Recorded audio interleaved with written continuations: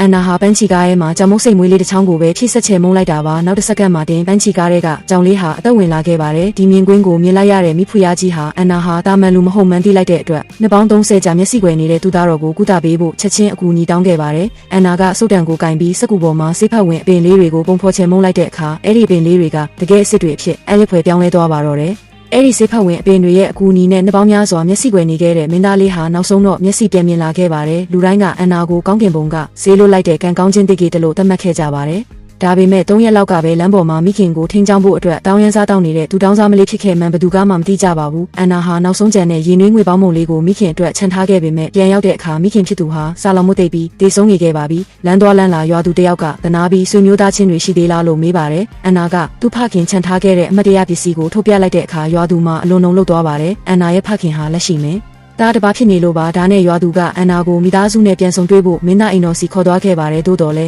သူသမီးရင်းကိုတွေ့တဲ့အခါမင်းသားကအတိအမှတ်မပြုံတင်မကပဲကွယ်လွန်သွားတဲ့သူမရဲ့မိခင်ကိုပါညှင်းပယ်ခဲ့ပါတယ်ပြီးနောက်သူ့ရဲ့လက်ရှိဇနီးနဲ့သမီးကိုခေါ်ပြီးထွက်သွားခဲ့ပါတယ်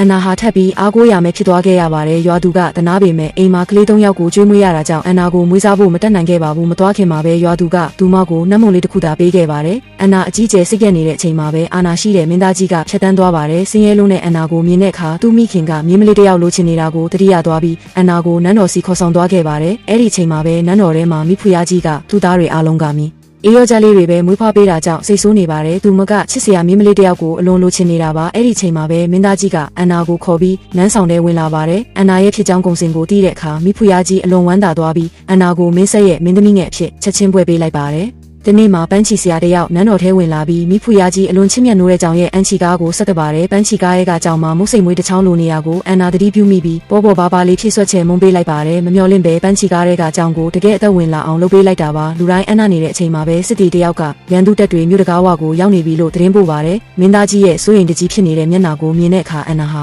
ဒီချက်တဲကိုကြော်လွှားနိုင်ဖို့ကူညီပေးဖို့ဆုံးဖြတ်လိုက်ပါတယ်